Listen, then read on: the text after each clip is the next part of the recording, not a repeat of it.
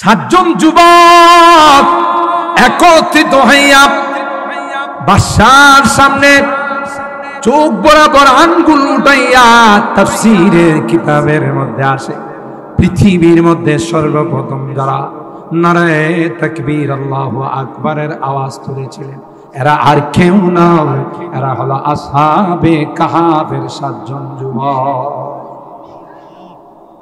जुम्वा दिए फारा से उठी गूंजी है वही तकबीर। ওই সাতজন যুবক বাদশার কাছে কি বলল, বাদশাহ আসমানের মালিক তুমি নয়, জমিনের মালিক তুমি নয়, কে? সাত আসমান বানাইছেন কে? সাত জমিন কে বানাইছে? ডাক দিয়া কয় আসমানের মালিক তুমি নয়, জমিনের মালিক তুমি নয়, মালিক হলেন কে? আল্লাহর জমিনে কোন শিরকি আইন হবে, আমাদের গায়ে রক্ত থাকতে আমরা সেটা মানতে পারি না। সাহসটা কম না বেশি? গোটা রাষ্ট্রের বিরুদ্ধে গিয়ে ইমানের পক্ষে শিরকের বিরুদ্ধে স্লোগান দিয়েছেন। সুবহানাল্লাহ। এরা যুবক ছিল না বড় ছিল? কথা কয় না। বাদশা রাগ হয়ে বলে আমার রাষ্ট্রীয় আইনের বিরুদ্ধে তোরা প্রতিবাদ করলে, রাষ্ট্রীয় আইনের বিরোধিতা করলে এখনই তোদেরকে ধরে আয়না ঘরে ঢুকাবো। কোন ঘরে? লাল ঘরে ঢুকাবো, আয়না ঘরে ঢুকাবো, স্পেশাল ফোর্স দিয়ে তোদেরকে রিমাইন্ডে নিব। যুবকগুলো কয় তুই জানিস না আমাদের কানেকশন আসমানের মালিক আল্লাহর সঙ্গে। ওয়ারাবাতনা আলা কুলুবিহিম ইয কামু ফাকালু রাব্বুনা রব্বুস সামাওয়াতি ওয়াল আরদ লান নাদউয়া মিন দুনিহি ইলাহান লাকাদ কুলনা ইযান শাতাতা। আমাদের সম্পর্ক আল্লাহর সাথে, আমরা আল্লাহ ছাড়া কাউকে ভয় করি না। डरते नहीं मुसलमान दुनिया में किसी से, डरते नहीं मुसलमान दुनिया में किसी से, जब मिल गई है दौलत ईमान नबी से, बाजू तेरी तौहीद की कुव्वत से कवी है, इस्लाम तेरा दीन है तू मुस्तफवी है। मुसलमाনের আবার ভয় কিসে? কে আছে? যাদের সাথে আল্লাহ আছে তাদের কোনো ভয় আছে? আল্লাহ ডাক দিয়া বলে রে যুবকের দল, সুজা পাহাড়ের গুহায় গিয়ে তোমরা শুয়ে যাও। পাহাড়ের গুহার মধ্যে সাতজন যুবক সুজা চলে গেল। মজার কাহিনী হলো এর সাথে একটা কুকুরও রওনা দিল। যুবকগুলো কুকুরকে ডাক দেয়া বলে কুকুর, আমরা তুই ইমান রক্ষা করার জন্য যাইতেছি, তুই আমাদের সঙ্গে কি জন্য রওনা দিলি? তোরও কি ইমান আসেনি? সাথে সাথে আল্লাহ ওই কুকুরের জবান খুলে দিলে। আল্লাহর ক্ষমতা আছে না? যে আল্লাহ মানুষকে দিয়ে কথা বলাতে পারে, সেই আল্লাহ কুকুরকে দিয়েও কথা বলানোর ক্ষমতা আছে না? ওই কুকুর যুবকদেরকে ডাক দেয়া বলে আমার উহিব্বু আহবাবাল্লাহ, রোজা একমাত্র আমার জন্য, যেহেতু আমার জন্য রোজা রাখা হয় তাই তার বদলা ফেরেশতা দিয়ে দেব না, তার বদলা আমি আল্লাহ নিজ কুদরতে হাতে দেব। অন্য রিওয়ায়াতে আল্লাহ বলেন না না, তার কোনো বদলা হতে পারে না, স্বয়ং আমি আল্লাহ তার বদলা হয়ে যাব। আল্লাহ বলেন আমি নিজেই রোজার বদলা হয়ে যাব। এমন রোজার মাস কেউ কি ছাড়তে পারে? এমন রোজা কেউ বর্জন করতে পারে? রোজা মাসের ইবাদত বর্জন করতে পারে? তাই আসুন, আজকে 18 রমাদান, 18 শাবান, বাস কয়েকদিন পরেই রোজা চলে আসবে। আসবে সেই মহিমান্বিত মাস, আসবে সেই কোরআন নাযিলের মাস, আসবে সেই লাইলাতুল কদর পাওয়ার মাস, আসবে 7 কোটি গুণ সব বেশি অর্জন করা। আমরা তাহলে এখন থেকে প্রস্তুতি নিব ইনশাআল্লাহ। মা বোনদেরকেও প্রস্তুত করব যে তোমরাও প্রস্তুত হয়ে যাও, বড় দামি মাস আসতেছে। আল্লাহ আমাদের তৌফিক দান করো, আমিন। চলুন, আমি আসলে যেহেতু এই স্কুল পাড়া বুনিয়াউট স্কুল পাড়ার যুবক বৃন্দির উদ্যোগে আজকের যুবকরা এই আয়োজনের দিকে অগ্রসর হয়েছে, মুরব্বীরা সহায়তা করেছে, পরামর্শ দিয়েছে, আর্থিক সাপোর্ট দিয়েছে। সেই জন্য আমি তাদের উদ্দেশ্যেই কিছু কথা বলার নিয়তে সূরাতুল কাহাফের 9, 10 এবং 11 নম্বর আয়াতে কারিমা তিলাওয়াত করেছি। সরকারে দো আলম মাহবুবে কিবরিয়া সৈয়দুল কাউনাইন সৈয়দুল সাকালাইন হযরত মুহাম্মদুর রাসূলুল্লাহ সাল্লাল্লাহু তাআলা আলাইহি ওয়াসাল্লামের অসংখ্য হাদিস থেকে একখানা হাদিস পাঠ করেছি। আশা করি আমার এই সময়ের ভিতরেই আমার এই টপিকের উপর, এই আলোচ্য বিষয়ের উপর কিছু কথা আপনাদের খিদমতে আরজ করব। ওমা তৌফিকি ইল্লা বিল্লাহ। সকলে বলুন আমিন। সম্মানিত সুধী, আল্লাহ পাক মানুষের জীবনটাকে কয়েকটা ভাগে ভাগ করছে। আমরা কিছু সময় ছিলাম মার পেটে, তাই না? সর্বপ্রথম ছিলাম রুহের জগতে। এই রুহের জগৎ থেকে দ্বিতীয়বার যেই জগতে আমরা আসছি, এই জগতের নাম হলো আলামুল আরহাম, মার পেটের জগৎ। ওখানে আল্লাহ যাকে যতদিন, কাউকে 8 মাস, কাউকে 6 মাস, কাউকে 10 মাস, কাউকে আবার বেশিও রাখছে, সেই জগৎ থেকে পাঠাইলেন দুনিয়ার জগৎ। দুনিয়াতে আসার পর এক সময় আমি ছিলাম শিশু, শিশু থেকে হলাম কিশোর, কিশোর থেকে হলাম যুবক, যুবক থেকে মধ্য বয়স, এর বলে বার্ধক্য চলে আসা। এরপরের জগতের দিকে রওনা, সেটা হলো কবরের জগৎ। নাকি এখানে কেউ থাকবে? এই বুনিয়াউটের অনেক পাওয়ারফুল ব্যক্তি, অনেক প্রভাবশালী ব্যক্তি, অনেক শক্তিশালী ব্যক্তিরা ছিলেন, এখন কে আছে বলেন? নাই। আমরা কি থাকবো? একটা সময় আসবে যেই সময়ে আমিও থাকবো না, আপনারাও থাকবেন না। এর পরবর্তী প্রজন্ম, নেক্সট প্রজন্মে তারা আসবে। এটা হইল দুনিয়ার স্বভাব। দুনিয়া খুব বন্ধুত্ব করে, দুনিয়া আমার আপনার সঙ্গে খুব মিতালি করে। একটা সময় আসলে লাথি দিয়ে বিদায় করে, ঠিক না? কত সুন্দর করে জীবনের সব কিছু উপার্জন দিয়ে, রক্তকে পানি করে, মাথার ঘাম পায়ে ফেলে, কি অট্টালিকা সাজায়, কত রকমের প্ল্যান প্রোগ্রাম সাজায়, কিন্তু যখনই চলে আসে মৃত্যু, সব কিছু যার যার মতো করে রয়ে যায়। আমি নাই। বাড়ি আছে, বাড়িওয়ালা নাই, ঠিক কিনা বলেন? বাড়িওয়ালা নাই, কিন্তু বাড়ি আছে। গাড়ি আছে, গাড়িওয়ালা নাই, নাই, ঠিক কিনা বলেন? দুনিয়া অনেক বড় গাদ্দার, ধোঁকাবাজ, ঠিক না? ইয়া আইয়ুহান নাস ইন্না ওয়া'দাল্লাহি হাক ফালা তাগুররান্নাকুমুল হায়াতুদ দুনিয়া ওয়ালা ইয়াগুররান্নাকুম বিল্লাহিল গরুর।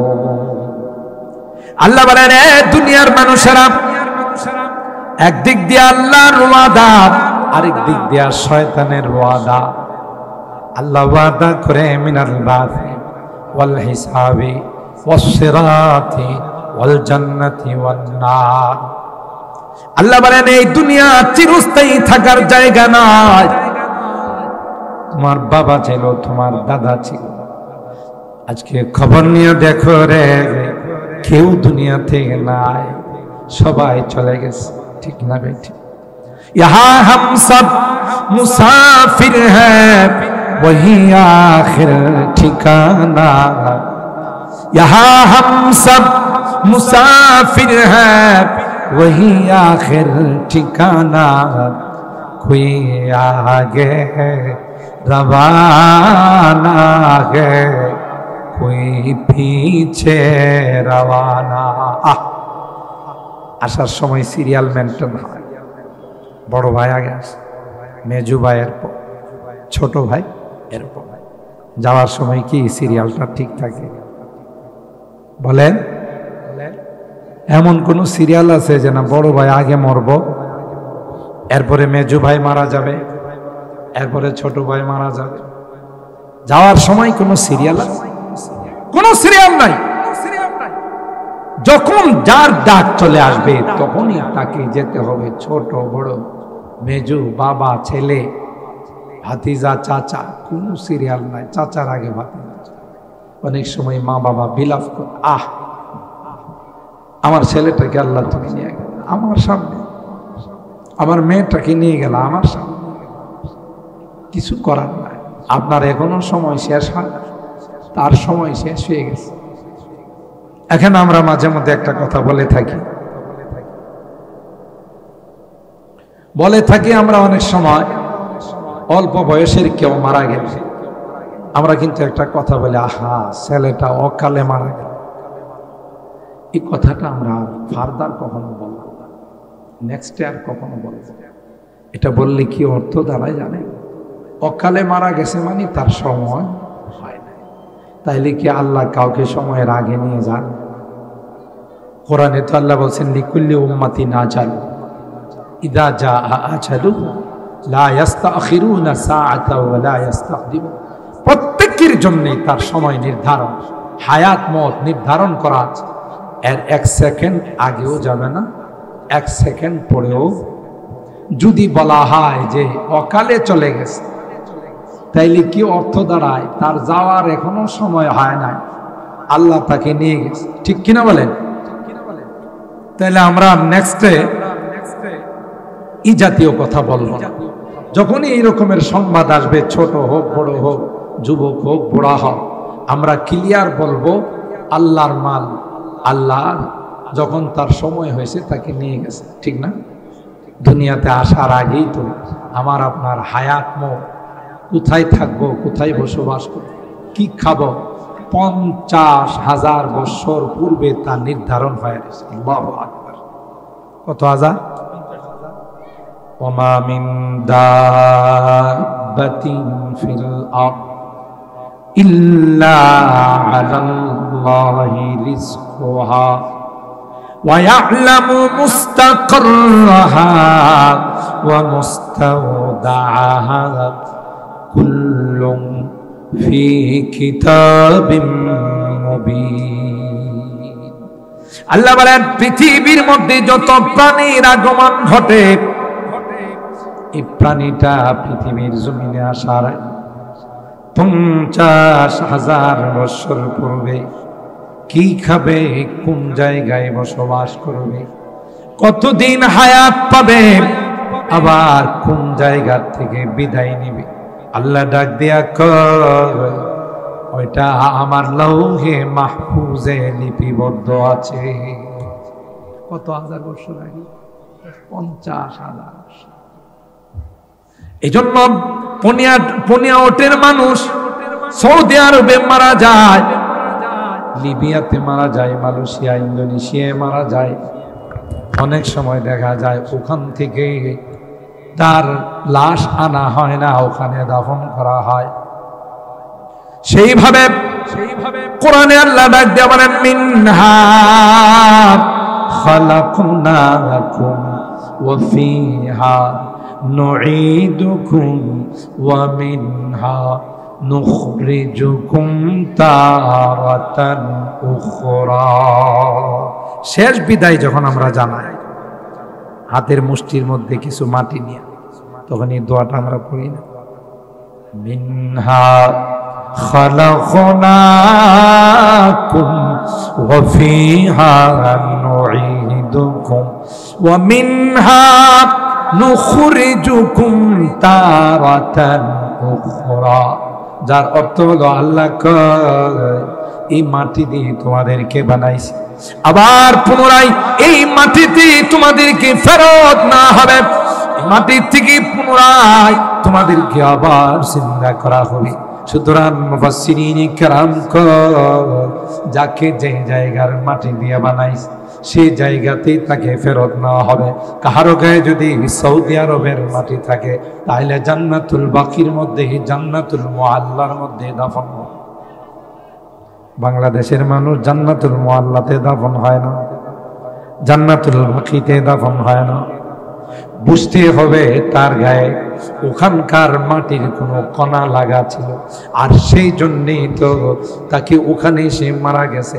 হজ করতে গেছে, উমরা করতে গেছে, ওখানে গিয়ে মারা গেছে। পরিবারের কাছে যখন ফোন দেওয়া হয় লাশ কি আপনারা ফেরত নেবেন, পরিবারের লোকজন কয় পাক জায়গাতে মারা গেছে, ওখানে দাফন করে দেন। ঠিক না?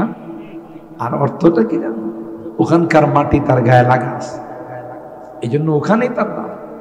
মালয়েশিয়াতে মারা যায় না যান, ইন্দোনেশিয়া, কুয়েত, কাতার, জাপান, জার্মান, ইতালি, ওখানকার মাটি থাকলে ওখানে মারা যাবে, আবার ওখানেই দাফন হবে। এটার অর্থ হলো মিনহা খালাকনাকুম ওয়া ফিহা নুঈদুকুম ওয়া মিনহা নুখরিজুকুম তারাতান উখরা। আল্লাহর আজীব কারিশমা, আজীব কারিশমা। আমার ভাইরা, যখন মৃত্যু চলে আসবে,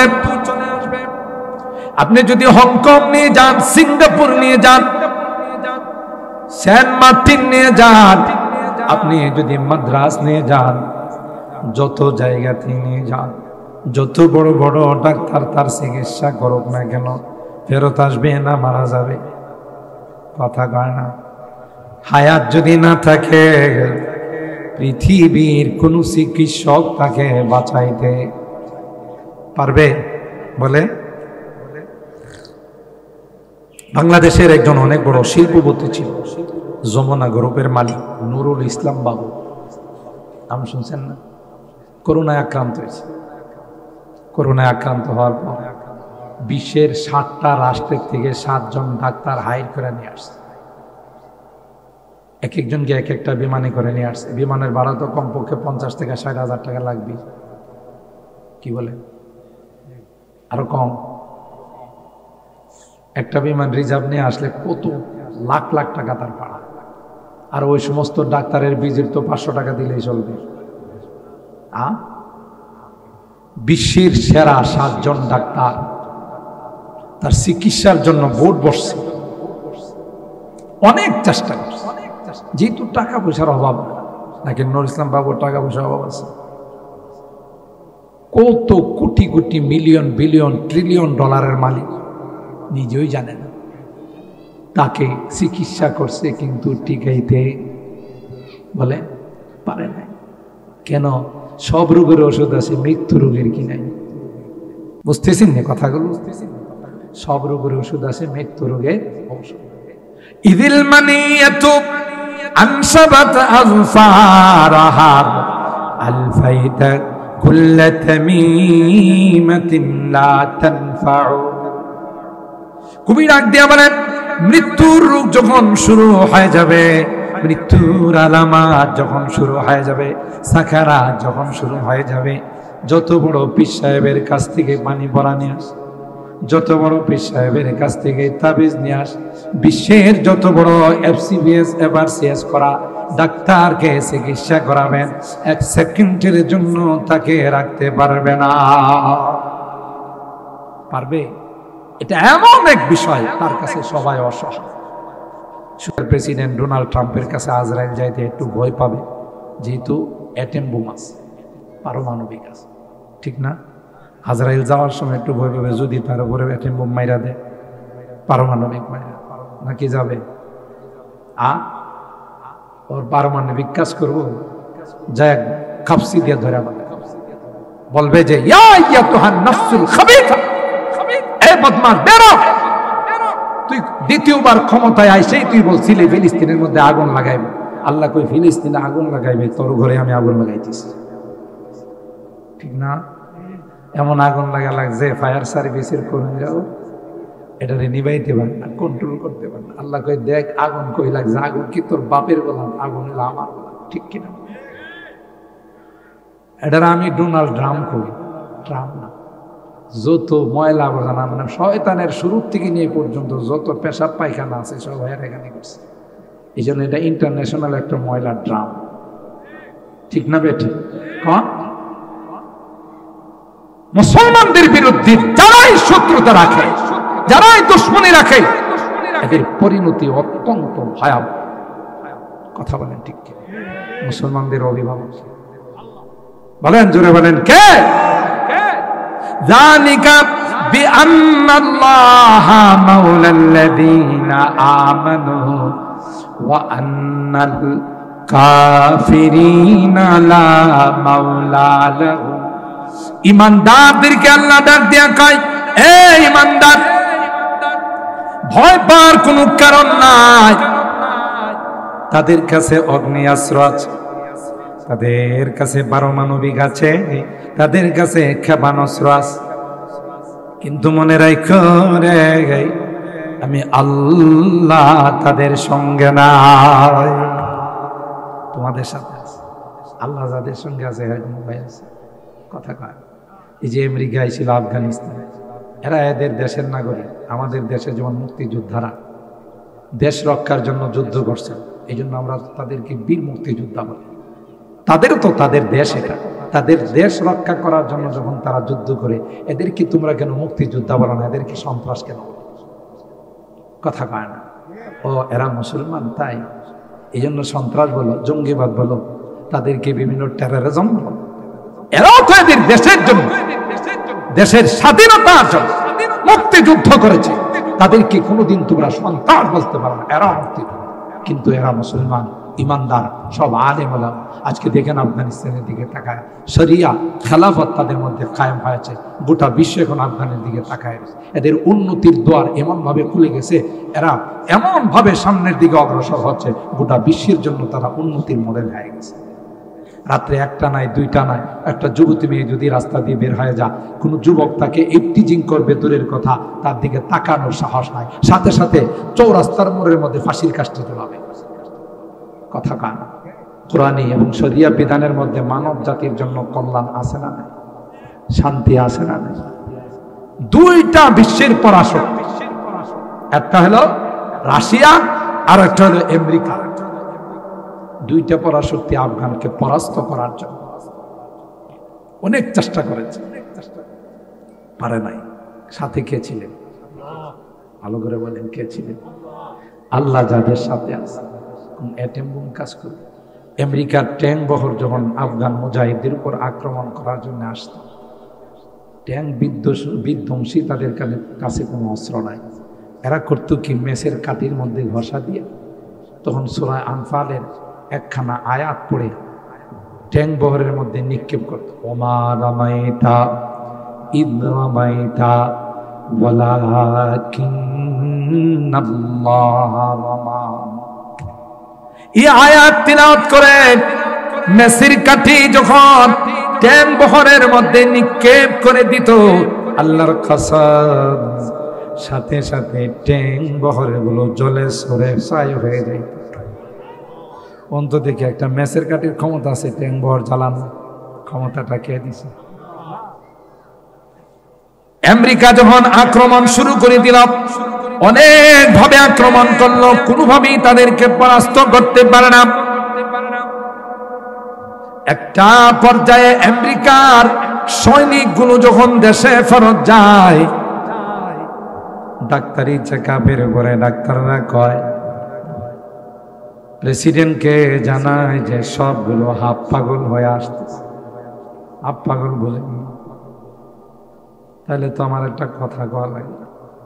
স্কুলের ক্লাস টুর ছাত্রদের কাছে হেডমাস্টার আইস, ক্লাস টুর বাচ্চারা তো পিচ্ছি পিচ্ছি বাচ্চা নয়।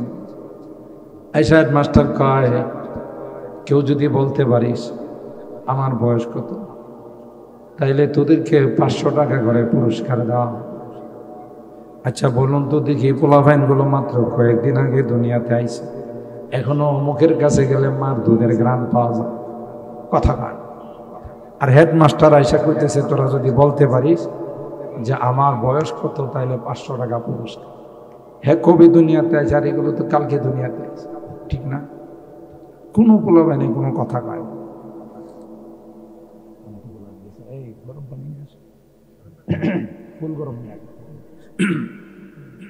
একটা পিচ্চি দাঁড়ায় করছে কি জানেন? একটা পিচ্চি দাঁড়ায় বলতেছে ইয়েস স্যার, আমি স্যার বলতে পারবো। স্যার অবাক হয়ে গেছি, কেউ বলতে পারলো না। জি স্যার বল। কই স্যার আপনার বয়স হলো 60 বছর। কেমনি বুঝলি? আমাদের বাড়িতে একটা হাফ পাগল আছে, এটার বয়স 30 বছর। আর আপনি যেহেতু ফুল পাগল, কাজে কাজে আপনার বয়স কত? কথা কয় না। হাফ পাগলের বয়স কত? আমাদের বাড়িতে যে হাফ পাগল আছে এটার বয়স কত? 30। আর আপনি ফুল, তাহলে এটার গুণন দিলে 2 দিয়ে কত হয়? কারণ যদি আপনি ফুল পাগল না হইতে আমাদের মতো বাচ্চাদেরকে আপনি জিজ্ঞাসা করতেন না আপনার বয়স কত, কাছে কাছে আপনি হাফ পাগল না, আপনি ফুল পাগল। কথা ঠিক আছে না? জবাব ঠিক আছে? সবগুলো হাফ পাগল হয়ে আমেরিকাতে ফেরত যায়। ডাক্তাররা কইছে প্রেসিডেন্টকে যদি তাড়াতাড়ি এই সৈনিকদেরকে দেশে ফেরত না নিয়ে আসে তাইলে কিন্তু আফগানের পরিবর্তে গুলি করবো আপনার দিকে, কারণ পাগলের কোনো কি নাই, ধর্ম নাই। আমনেরই মনে করবো আফগানিস্তান। কথা বলে না? এটার নাম হলো ঠেলার নাম। পাগল বানাইছে কে? বলেন না ভাই, কে বানাইছে? আল্লাহ। কেন? আল্লাহ মুসলমানদের সঙ্গে আজকে 2টা পরাশক্তি তাদের কাছে সারেন্ডার করে আত্মসমর্পণ করে চলে গেছে। আজকে তারা নিজের পায়ে দাঁড়িয়েছে, গোটা বিশ্বকে তাক লাগায়া এরা যে যে উন্নত করতেছে, উন্নতির দিকে অগ্রসর হচ্ছে। গোটা বিশ্বের মানুষ অবাক। কেন? তাদের মধ্যে কোনো 2 নাম্বারই নাই, দুর্নীতি নাই। সুইস ব্যাংকে এরা টাকা জমা রাখে। আমাদের দেশের নেতারা দেখেন না, সামান্য একটা পাতি নেতা বলি সুইস ব্যাংকে অ্যাকাউন্ট খুলে বিদেশে সেকেন্ড হোম বানায়, বাড়ি বানায়। কারণ হে জানে যে কোনো সময় বাংলাদেশের আকাশে মেঘ আসলে আমার ওরাও দ্বিতীয়। কথা কয় না? বিগত দিনে হয় না এরকম? আমার কথা বলে, আমি মিরপুর কেন্দ্রীয় সেন্ট্রাল মসজিদের খতিব, ওখানে আমার সেক্রেটারি সাহেব এলাকার একজন নেতা। তো হে যখন আমার অফিসের মধ্যে ঢুকতো, হের জুতা নেওয়ার জন্য 3-4 জন ঢুকতো। তো আমি একদিন দেখি আমার গাড়ি মোবিল পাল্টানোর জন্য আমি এক দোকানে বসা, মোটরসের দোকানে, দেখি যে ওই যে জুতা টানতো, ওরে বাবা রে বাবা, হ্যাঁ প্রিমিয়াম গাড়ি, তাও একবারে লেটেস্ট মডেলের, অনেক দামি গাড়ি। এখন এই গাড়ির দাম আছে 51 থেকে 52 লাখ টাকা। একদিন এসে ঢুকছে, গাড়ি থেকে নামছে। আমি তো বসা ভিতরে, ম্যানেজার জানাজার এরা আমার কফি টফি দিছে, আমি খাইতেছি। তো ওই আমাকে চিনে না, এটা আমাকে চিনে নাই, আমি তো তারে চিনা বানাইছি। আমি তো অবাক যে কিছুদিন আগে জুতা টানছে, আজকে হে 52 লাখ 60 লাখ টাকার গাড়ি দৌড়ায়। আপনি চিন্তা করতে পারেন কি পরিমাণ বরকত হয়েছে। কথা কয় না? আয় উন্নতির মধ্যে কি পরিমাণ বরকতরা হয়েছে আপনি। এরপরে আমি ম্যানেজারে বললাম ওই গাড়ি নিল কবে? ভয় আমার চিনে নাই। কই স্যার একটা মতো হের আরো 2টা গাড়ি। ইয়া কই স্যার কিচ্ছু বুঝে না। এই যে নিয়ে আসে দোকানে, কোনটা লাগাইতে হবে, কি করতে হবে, পরে আমাদের মিস্ত্রি হয়ে যায়, দেখে আইস্টার দেয়া আইসা কয়টা দেখেন কি হয়েছে। আপনি যেমন সব কিছু পাসপোর্ট কোন জায়গায় কি আছে সব নাম জানেন, কোথায় একটু ডিস্টা বলে আপনি বুঝেন যে এখানে সমস্যা। কিচ্ছু বুঝে না, বুঝবো জুতার তলাও তো বুঝে না। কয়েকদিন আগে জুতা টানছে, এটা কিয়ামতের আলামত। ইযা ওয়াসিদাল আমরু ইলা গায়রি আহলিহি ফান্তাজিরিস সা ওয়া আনতারাল হুফাতাল উরাতাল আলাতা রিআ আশাই ইয়াতাতাওয়ালুনা ফিল বুনিয়ান। আল্লাহর নবী বলেন একটা সময় আসবে দেবা যে যারা অনভিজ্ঞ, যাদের যোগ্যতা নাই, এরা সমাজের নেতা হয়ে বসবে। এটা কি আমার কথা না আল্লাহর নবীর কথা? রাখাল অট্টালিকার মালিক হয়ে যাবে, কল্পনাও করতে পারবে না। ঠিক না বে? ঠিক। যে মানুষগুলো এভাবে বিশাল টাওয়ারের মালিক, এরা এক সময় কিচ্ছুই ছিল না, রাস্তাঘাটে পড়ে থাকতো, চাঁদাবাজি করে, দুর্নীতি করে, মানুষের টাকা আত্মসাৎ করে, জমি জামা আত্মসাৎ করে বড় লোক হয়ে গেছে। এরকমের লোক আছে না? না, কইছে এই ক্ষমতা দেখানো, ক্ষমতার পাওয়ার এটা টিকে না, ক্ষমতার পাওয়ার লাস্টিং করে না। কথা বলে ঠিক না? এই জন্য এই ক্ষমতা যাদের আছে, এই ক্ষমতাকে সঠিক ব্যবহার করতে হবে, ক্ষমতাকে সঠিক ব্যবহার করতে হবে। যদি সঠিক ব্যবহার না করা হয় তাইলে আল্লাহর কাছে জবাব দিতে হবে। ঠিক কিনা বলেন মুহতারাম হাজিরিন? সেই জন্যে আমাদের সকলকে খেয়াল রাখতে হবে যে না, এই দুনিয়া ক্ষণস্থায়ী। ঠিক কিনা বলেন? দুনিয়া পারে নাই আমেরিকা, পারে নাই রাশিয়া, কেন? শক্তি ছিল কার? জোরে বলে, শক্তি ছিল।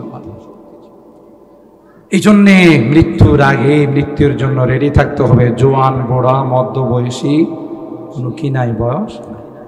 এই যুবক কালটা, যৌবন কালটা এটা বড় পাগলা কাল।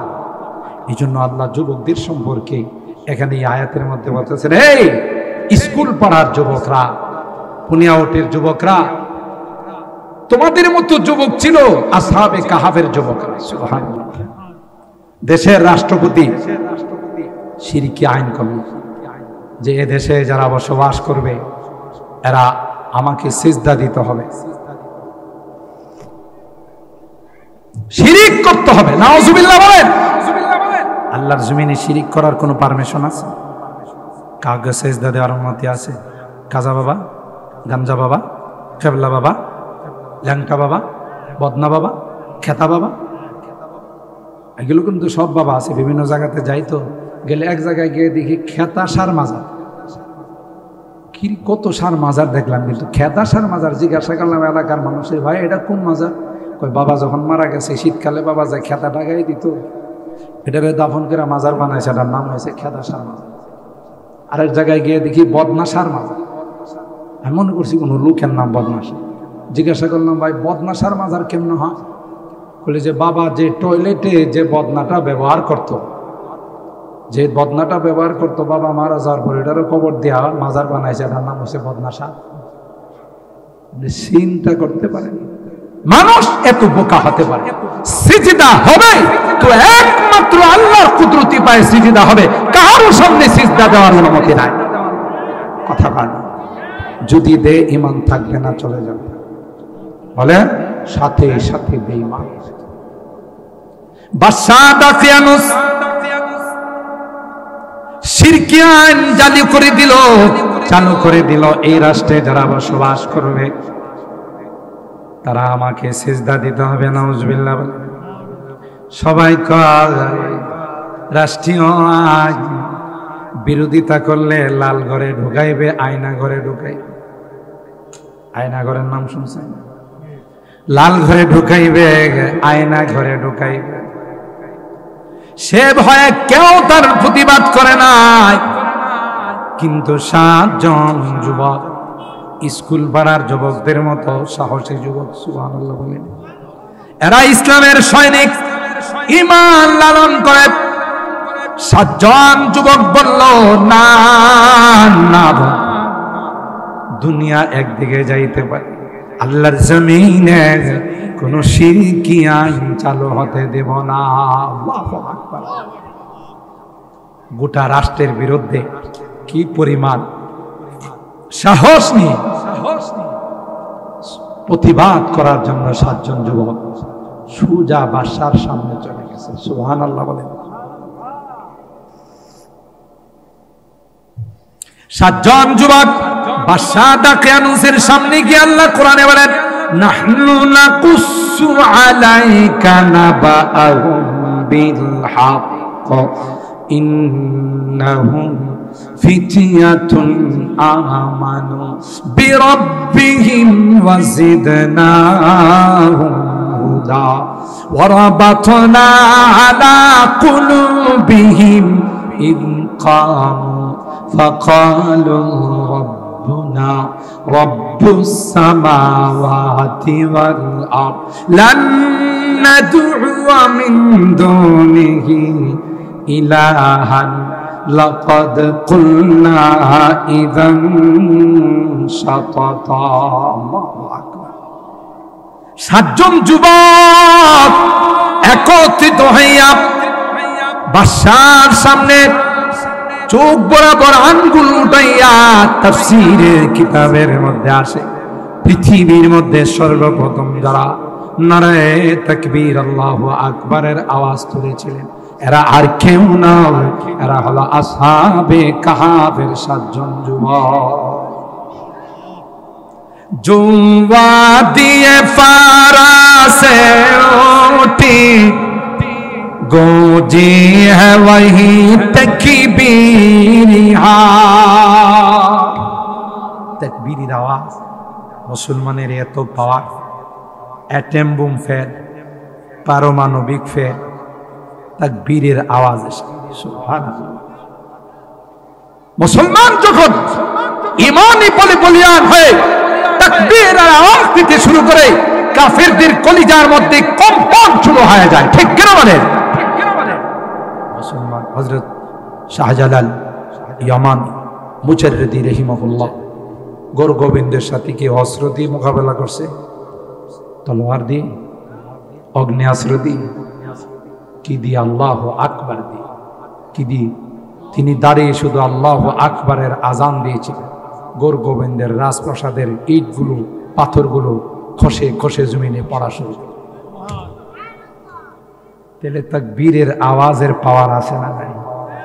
जो वादिए फारा से उठी गूंजी है वही तकबीरिया हंसती के सनम खानों के लिए हंसती के सनम खानों के लिए होता है हरम तामीरिया इल्म गुलल का गहवारा तारीख का वंश पारा है हर फूल आय के शोला है हर सर्व यहाँ नारा है। अल्लाहु আকবার।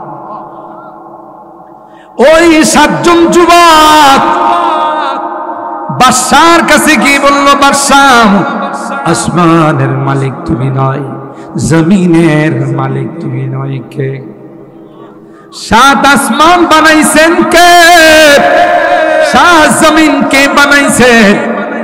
ডাক দিয়া কয় আসমানের মালিক তুমি নয়, জমিনের মালিক তুমি নয়, মালিক হলেন কে? আল্লাহর জমিনে কোন শিরকি আইন হবে, আমাদের গায়ে রক্ত থাকতে আমরা সেটা মানতে পারি না। সাহসটা কম না বেশি? গোটা রাষ্ট্রের বিরুদ্ধে গিয়ে ইমানের পক্ষে শিরকের বিরুদ্ধে স্লোগান দিয়েছে। সুবহানাল্লাহ। এরা যুবক ছিল না বড় ছিল? কথা কয় না। বাদশাহ রাগ হয়ে বলে, আমার রাষ্ট্রীয় আইনের বিরুদ্ধে তোরা প্রতিবাদ করলে, রাষ্ট্রীয় আইনের বিরোধিতা করলে এখনই তোদেরকে ধরে আয়না ঘরে ঢুকাবো। কোন ঘরে? লাল ঘরে ঢুকাবো, আয়না ঘরে ঢুকাবো, স্পেশাল ফোর্স দিয়ে তোদেরকে রিমাইন্ডে নিব। যুবকগুলো কয়, তুই জানিস না আমাদের কানেকশন আসমানের মালিক আল্লাহর সঙ্গে। ওয়ারাবাতনা আলা কুলুবিহিম ইয কামু ফাকালু রাব্বুনা রব্বুস সামাওয়াতি ওয়াল আরদ লান নাদউয়া মিন দুনিহি ইলাহান লাকাদ কুলনা ইযান শাতাতা।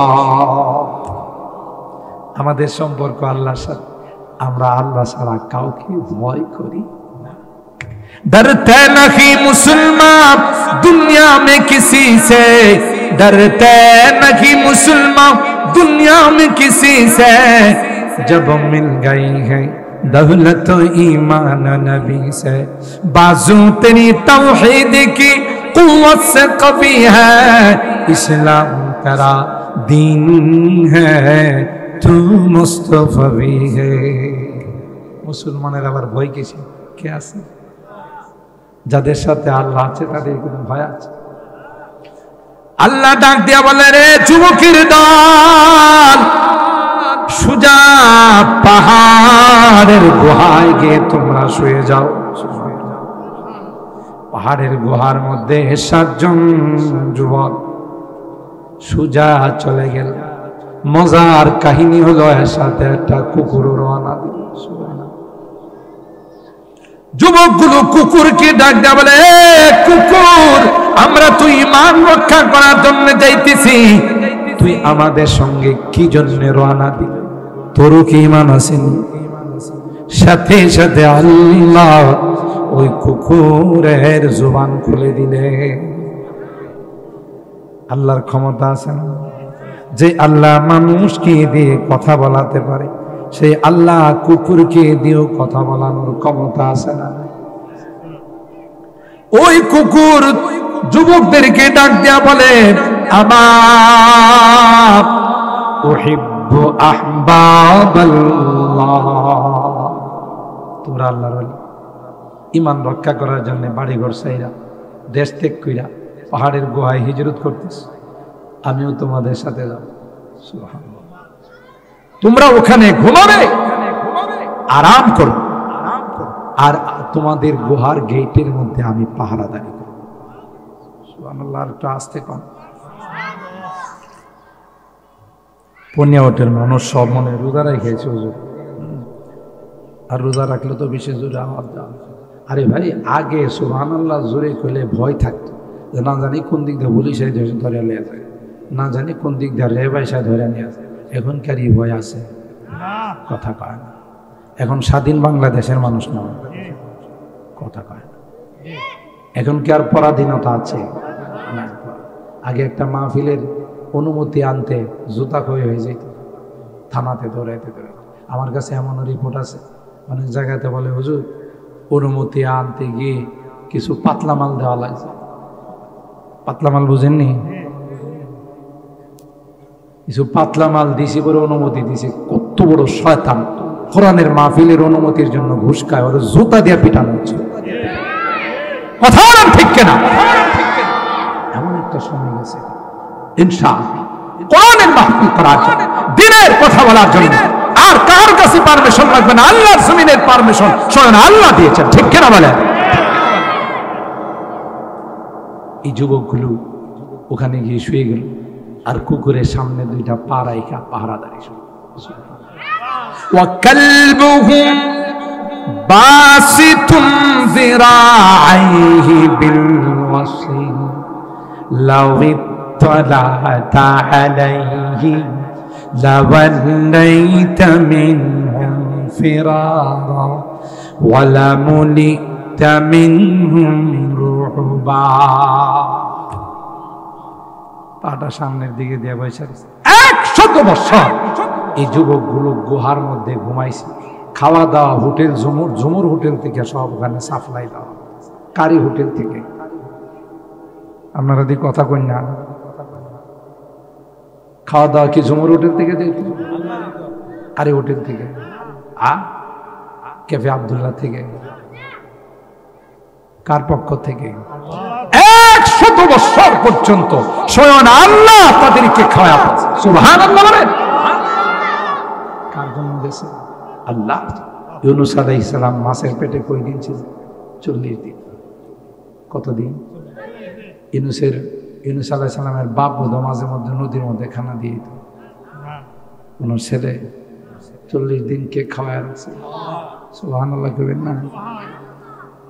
وإذا مرضت فهو يشفي والذي يطعمني ويسقي وإذا مرضت فهو يشفي। তিনি সেই সত্তা যিনি মানুষ অসুস্থ হয়ে গেলে দীর্ঘদিন না খাওয়া রাখে। এমনও মানুষ আইসিইউতে বিছনায় পড়ে থাকে 2 বছর 3 বছর, সামান্য একটু পানি ছাড়া কিছু খায় না। খাওয়া দেয় কে? কথা কয় না। কে খাওয়া দেয়? আল্লাহ। কোরআনে বললেন ওয়াহুয়াল্লাযী ইউতঈমুনি ওয়া ইয়াসকি ওয়া ইযা মারিদতু ফাহুয়া ইয়াশফি। খানা দেনওয়ালা কে? আল্লাহ। অসুস্থ হলে শিফা দাতা কে? ওই 100 বছর আল্লাহ পাক রব্বুল আলামিন সূর্যকে বলে দিলেন, সূর্য আমার এই নেককার বান্দাদের গায়ে তাপ লাগাইবা না। সুবহানাল্লাহ জোরে কর। সূর্য কার কথা শুনে? সূর্য ডাইনে দিয়ে যায়, বামে দিয়ে যাবে, ওই যুবকদের গায়ে কোনোদিন সূর্যের তাপ লাগায় না। মাটিকে আল্লাহ বলে দিলেন, মাটি আমার প্রিয় বান্দাদের গায়ে কোনোদিন টাচ করবে না, মাটি খাবি না। একটা মানুষ যদি 100 বছর মাটির মধ্যে লাইগা শুয়ে থাকে, মাটি তো তারে খায়া ফেলার কথা। কে রাখছেন?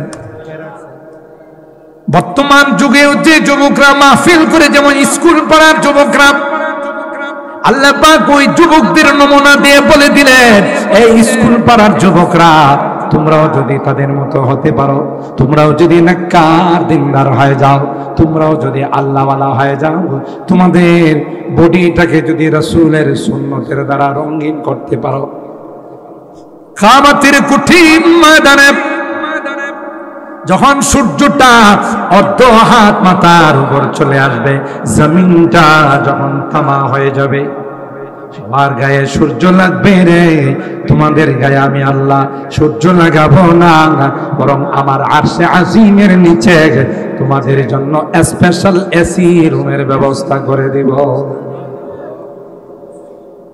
আর আমার তো মনে হইতেছে, আপনারা কি মনে করেন জানি না, বাংলাদেশের টেকনাফ থেকে তেঁতুলিয়া, রূপসা থেকে পাটুরিয়া, প্রতিদিন বিভিন্ন ডিস্ট্রিক্টে প্রোগ্রামে যায়, বড় বড় ইসলামী মহাসম্মেলন, তাফসীরুল কোরআন মাহফিলের আয়োজনের পিছনে যুবকদের অবদান, ঠিক না?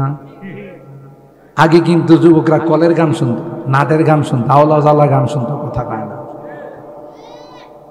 বাউল শিল্পীদের গান শুনত, আউল শিল্পীদের গান শুনত। এখনকার যুবকরা আর গান গুন শোনে না। বিশেষ করে আমরা ভৈরব পার হইলে ঢাকা যাওয়ার পর এই সাইডটাতে অনেক গানের আওয়াজ শুনতাম রাত্রে, বুঝলেন না? কিন্তু আলহামদুলিল্লাহ এখন এই সাইডে আমাদের সবচেয়ে বেশি মাহফিল। এরা কয় হুজুর আগে গান করতাম, এখন আপনাদেরকে দিয়ে আওয়াজ করাই। আলহামদুলিল্লাহ বলে আমাদের যুবকদের মধ্যে বিপ্লব আসছে না? আসছে না? আরে যুবকরা কি করতে না পারে, আমাদেরকে দেখে দিয়েছে যুবকরা। আমরা ইচ্ছা করলে 15 বছরের ক্ষমতা 15 দিনে তছনছ করে ফেলতে পারি। আমার তো মনে হয় যুবকরা একদিন সাহস নিয়ে দাঁড়াবে যে আল্লাহর জমিনে, যেই জমিনে লক্ষ লক্ষ আউলিয়া কেরাম, পীর আউলিয়া শুয়ে আছেন, আল্লাহর ওলিরা শুয়ে আছেন, যেই জমিনে ফখরে বাঙ্গাল শুয়ে আছেন, যেই জমিনে রাইসুল মুফাসসিরিন শুয়ে আছেন, আল্লাহর ওলিরা শুয়ে আছেন, এই জমিনে কোরআনে আইন চলবে, কোরআনে হুকুম চলবে। কথা বলেন ঠিক কেন? হবে ইনশাআল্লাহ, হবে। হয়তো আমরা দেখবো না, কিন্তু হবে। আমার যুবকরা যেভাবে ইসলামের দিকে অগ্রসর হচ্ছে, ইনশাআল্লাহ ওই দিন বেশি দূরে না, যেদিন ইসলামী হুকুমতে দেশে থাকবে ইনশাআল্লাহ। আর কোরআনে আইন চালু হবে, কোনো দুর্নীতি থাকবে না, বিদেশে সেকেন্ড হোম হবে না। একটা নারী এই পনিয়ার থেকে হাঁটতে হাঁটতে কাউতলি যাবে, কাউতলি থেকে হাঁটতে হাঁটতে অবকাশ যাবে, একা একই, কেউ তার দিকে তাকানোর সাহস পাবে না। কথা বলেন ঠিক কিনা? কারণ সবার জানা থাকবে, যদি ধরা পড়ি তখন বান্ডিল দিলে চলবে না। এখন তো ধরা পড়লে বান্ডিল দিয়ে, সবুজ কালারের বান্ডিল, সুরমা কালারের বান্ডিল দিলে ঠিক আছে, তরটা হবে। আর গ্রামগঞ্জের মাতবরদেরকে, পুনিয়াওয়াটের সর্দাররা ভালো আছে, অন্য জায়গার সর্দারদের কথা বলতেছে। দরবার সালি ছিল, সর্দার সাহেবের পকেটে যদি আগের দিন রাত্রে কিছু সবুজ কালারের নোট ঢুকানো যায়, ওরে বাবা, পরের দিনে আওয়াজ দিন। আবার এই যত লাগানের পিছনে আছে সব সর্দারদের ইন্ধন। যদি একটা পক্ষ যায় বিচার দেয়, সর্দার সাহেব কিন্তু আমার থাপ্পড় মারছে, তো সর্দার সাহেবের উচিত না, আচ্ছা এটা আমি দেখবো না, কি হয়েছে, কে থাপ্পড় দিল, কি জন্য থাপ্পড় দিল, তুই কিন্তু হাত বাড়াইস না। সর্দাররা কি এটা কর, তুই কি ছুরি ফিরে বসে আসিলি? পনিয়াওয়াটের সর্দাররা কয় না, আমি অন্য জায়গার সর্দারদের কথা বলতেছি। কি কয়, হ্যাঁ বিচারটা নিয়ে গেলে, তোর কি গায়ে রক্ত নাই, রক্ত কি সব পানিয়ে গেছে, তুই কি ছুরি ফিরে বসে, তুই লাগাইলে না কারেক্ট। এর উদ্দেশ্য লাগাইলে তুই দুই পক্ষ আইব আমার কাছে, আর আইলে তো পাতলা মালের লেনদেন, ঠিক না? কোথাও নেই বিচার নাই।